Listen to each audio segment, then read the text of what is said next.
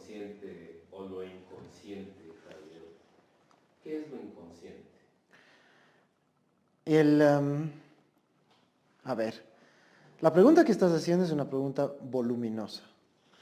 Una pregunta que se nos ha hecho difícil resolver y hemos tenido que pasarnos algún tiempo estudiando.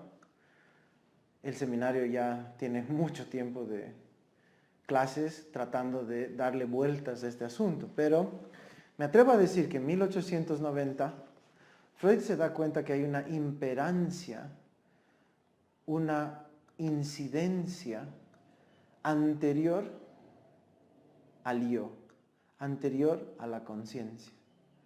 ¿Qué significa eso?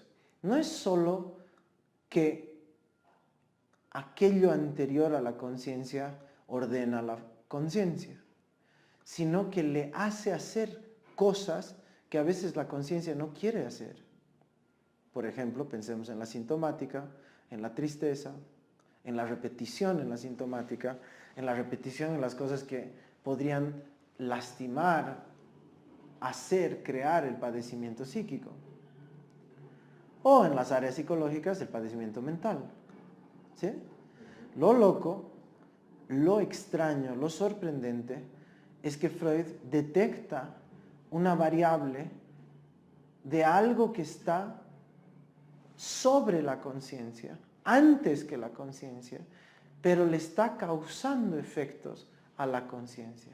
Lo está obligando, lo está forzando a ser de una manera. Y esa manera hay que explicar desde la conciencia. La injerencia que tenga el inconsciente solo se conoce a través de la palabra, a través de lo imaginado. Y ahí es donde se da el verdadero descubrimiento de lo inconsciente. Ya no es solo aquellas cosas inconscientes que son mi palpitar, mis movimientos peristálticos gastrointestinales, que son inconscientes a mi pensar, se dan solos. No es solo eso. No es el cerebro está trabajando y me fabrica una conciencia. Si no, ahí seríamos neurólogos. Porque toda la neurología, toda la biología, la neurobiología supone e infiere que lo que ocurre en el cerebro, los pasos eléctricos de neurona a neurona, fabrican, por ende, el campo mental. Lo que está ante el yo, esto que estoy mirando. Entonces vamos a explicar a profundidad eso, vamos a comenzar a explicar en el siguiente clip. Pero lo que hay que marcar es que en el descubrimiento freudiano hay un vuelco de quién es el encargado de hacer estas cosas. Entonces nosotros pensábamos que era el cerebro, como humanidad. Después pensábamos que la mente tenía una capacidad de curarse si lo hacíamos pensar. Eso hace Kant. Eso hace la psicología. También hemos pensado que si reacomodamos los afectos, o sea, ayudamos a que haya luto, duelo, con respecto a tristezas, etc., se reacomodan las cosas. Perfecto. En cierta medida podríamos estar de acuerdo. Pero sigue siendo la injerencia del yo. Yo me curo gracias a que trabajo con este psicólogo, gracias a que trabajo con este psiquiatra, gracias a que voy, ¿no? Mientras que lo que dice Freud es no. Para que te hayas curado, haya sido a psicología, a psiquiatría, donde haya sido, ha habido un movimiento anterior. Y la palabra curar también hay que analizar. Ha habido un movimiento anterior, ¿dónde? A nivel inconsciente. Entonces ahí es, ¿qué es el inconsciente? Sabemos que el inconsciente se descubre gracias a las preguntas de los sueños, los chistes, la sintomática, las fobias. ¿Por qué nace un miedo irracional que no tendría que estar ahí? ¿Quién coloca el miedo ahí? ¿Qué es lo que se está articulando a nivel conciencia que aterroriza a esa conciencia? ¿Y para qué sirve? ¿Tendrá alguna utilidad y por eso hay un miedo irracional? ¿Me hago entender? Sí, sí, sí. ¿Cuál es el objeto u objetivo del miedo, de la fobia, del olvido, del lapsus? ¿Qué es lo que se está elaborando a partir de allí? Claro. ¿Y quién está elaborando eso?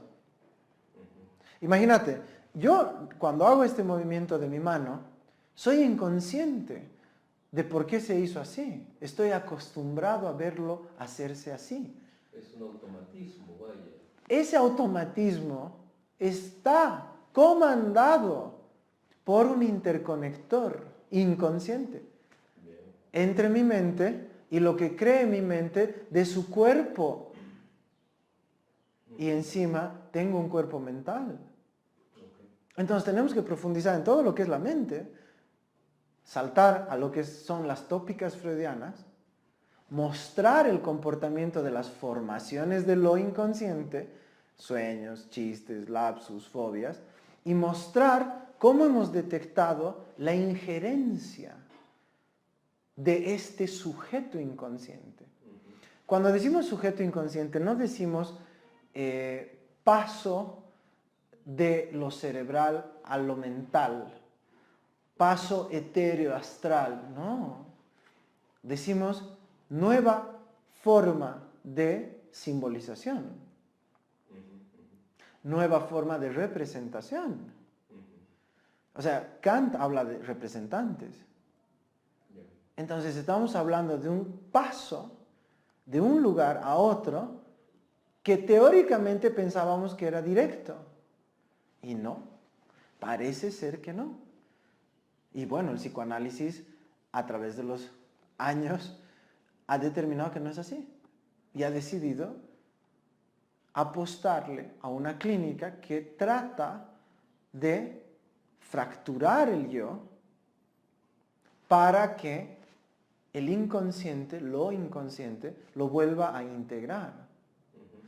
A tal punto que Freud decía que había que destruir el yo para construir un yo fuerte. Entonces, ¿qué es la destrucción del yo? También hay que analizar eso. Hay que entender que lo que nos estamos proponiendo hacer en cápsulas corresponde a 100 años, 80 años de investigación.